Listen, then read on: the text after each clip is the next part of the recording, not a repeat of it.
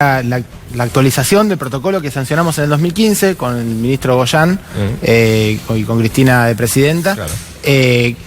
Había que hacer un protocolo que adecuara, siempre existió causales para interrupción legal del embarazo según nuestro código.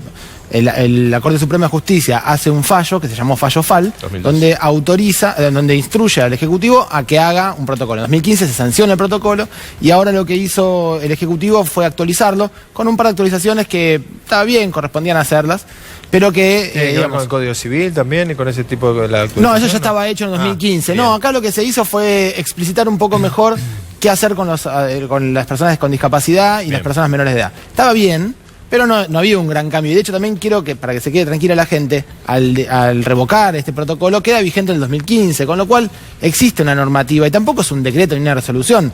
Todo eso ya se hace, se debe hacer. Lo que hace el protocolo es explicar, y las provincias deberían utilizar esa explicación, que es una explicación científica, académica y jurídica de cómo se debe interpretar esto, ¿no?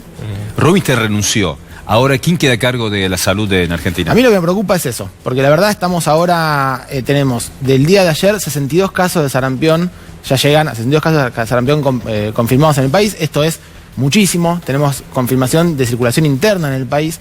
Sabemos que hay 6 o 7 casos más para confirmar, pero no hay autoridad sanitaria en este momento en el país que pueda decir: estos son los casos, esto es lo que hay que hacer. Llamar a un comité de expertos, hay que hacerlo inmediatamente, llamar a un comité de expertos, organizar trabajo, porque esto podría ser un brote epidémico muy grave. El sarampión es una enfermedad grave.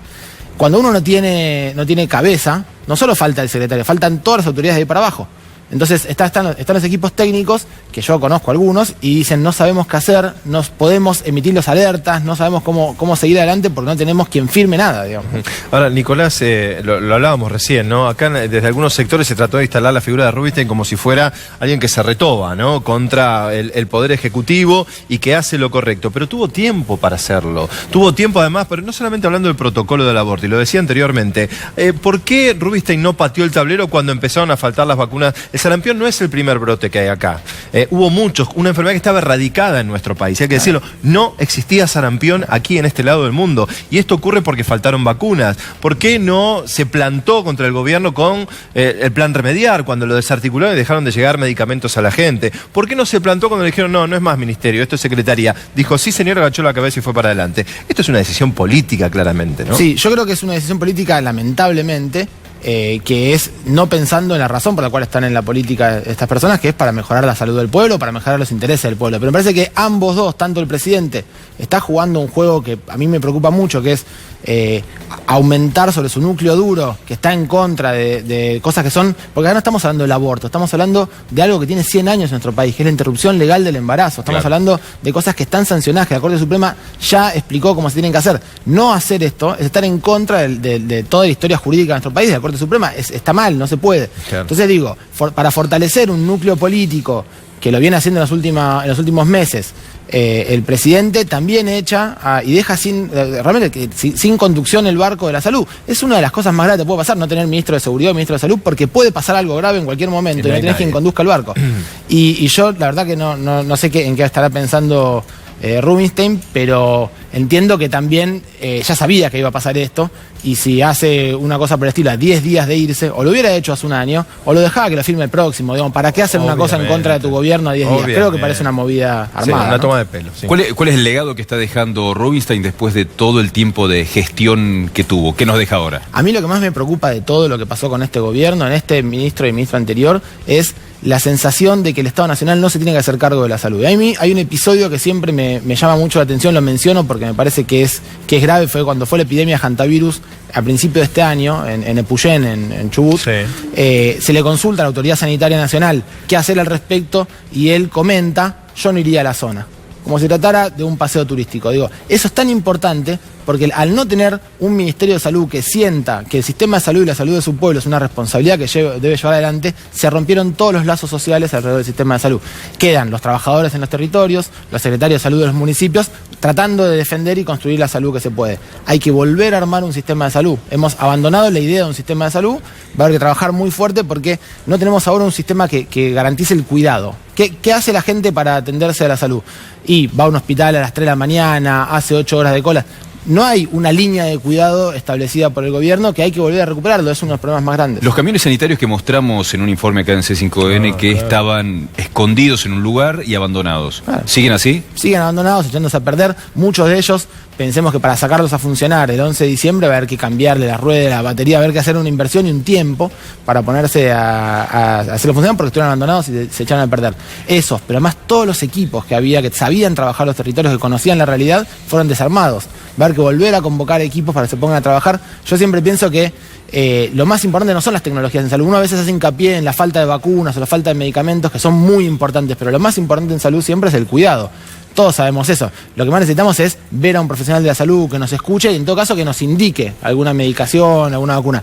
Lo que está faltando más fuertemente son equipos que trabajen en los territorios con los camiones o con todo. Estábamos recordando recién antes de ir a la pausa. Yo recuerdo en 2016, no en este canal, trabajé en otro canal, pero recuerdo las primeras denuncias. Allí comenzaban a generarse estos despidos puntuales o achicamientos de este grupo de personas que son profesionales de la salud que van a los barrios carecientes, por ejemplo, y van a buscar allí a donde a una mamá uno le puede decir llévelo a su hijo a vacunar, pero muchas veces hay que ir y trabajar en el lugar para poder llevar a esas familias que ya tienen muchas dificultades.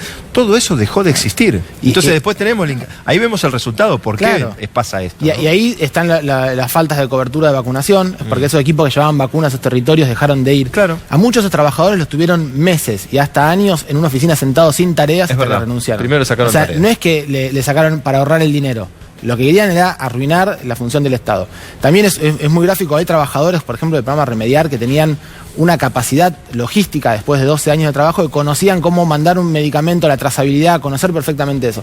A ese equipo lo desarmaron, lo llevaron a un administrativo que tenía especialidad en esto, a llevarlo a otro área. Eso que hicieron no ahorraba plata, solo destruía la eficacia del programa, cosa que por supuesto consiguieron. Está bueno lo que decís, porque a ver, para que se entienda, no son las mismas patologías que se registran en el norte del país, o en el sur, o en la zona centro. Hay, situaciones epidemiológicas representativas de cada lugar, y necesita gente que sepa del tema. Si vos lo destruís ahora, hay que volver a rearmar todo esto, ¿no? Y eso lleva mucho tiempo. Va a haber que reconstruirlo con mucho esfuerzo, pero la verdad que es una urgencia, y a uno lo que le duele es la hazaña, ¿no? No fue solamente que le quitaron presupuesto, que le quitaron mucho presupuesto, sino que además intentaron que no funcionara y eso nos preocupa mucho. Miguel. Hay hospitales que están terminados en un 95%, todavía siguen cerrados. ¿Qué explicación tiene eso? Las explicaciones las dio la todavía gobernadora Vidal, dijo no voy a abrir ningún hospital nuevo. La verdad que no se puede entender por qué, para ahorrar dinero, para no utilizar una obra hecha por el gobierno anterior. Tenemos 6 hospitales en la provincia de Buenos Aires que están terminados y listos para utilizar, uno de ellos en Ituzaingó, 6 hospitales de entre 20.000 y 24.000 metros cuadrados, última tecnología. Cuando uno va a un hospital y ve... ¿Construidos cuándo? Construidos entre el 2007 y el 2015, todos terminados en el 2015. A algunos les faltaba 5%, 10%, algunos fueron inaugurados y quedaron, por ejemplo, en La Matanza, en una zona donde hace falta, en Rafael Castillo, quedó inaugurada La Guardia. Los hospitales se inauguran en un proceso muy lento, que demora 1 año y pico. Se inaugura La Guardia y quedó La Guardia sola funcionando. Nunca pusieron más nada, lo sostuvo el municipio. En Ituzaingó, un distrito donde hacen falta hospitales hace mucho tiempo, ahora el intendente lo abrió con los recursos propios que no le alcanzan, y está utilizándose un 5-10% de los 24.000 metros cuadrados terminados. Digo, así son 6 hospitales. Va a haber que poner recursos, va a haber que poner trabajadores, va a haber que hacer mucho esfuerzo porque la sociedad lo necesita. Además, no solo en una deuda histórica, sino hay una cosa también que es importante. Todos los años crece la población. Entonces siempre hay que construir hospitales. Siempre hace falta más. Si ellos no construyen hospitales, hay más deuda para el año que viene. Nicolás, gracias Miguel también. Realmente fantástico poder hablar de estas cuestiones.